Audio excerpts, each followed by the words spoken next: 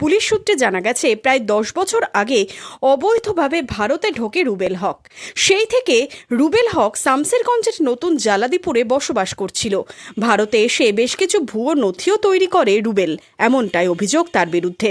ধৃত রুবেল শেখ বাংলাদেশের নওগাঁ জেলার বাসিন্দা।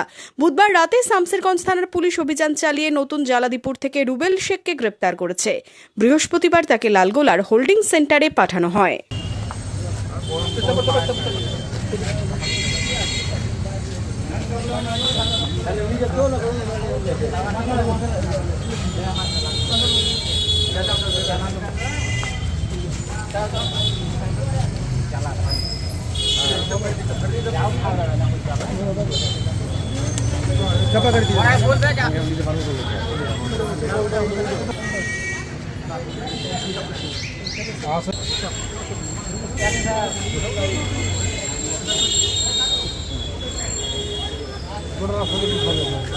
মনমোহিনী হেলথ কেয়ার, স্বাস্থ্য সেবায় অটুট শ্রেষ্ঠত্বের শিরোপা। জেলায় প্রথম robotic knee replacement, cardiology with cath lab, neurosurgery, specialized trauma unit থেকে স্মাইল ট্রেন, একগুচ্ছ পরিষেবায় নিয়োজিত। Manmohini health care, quality care with personal touch, Baharampur শিল্প তালুক।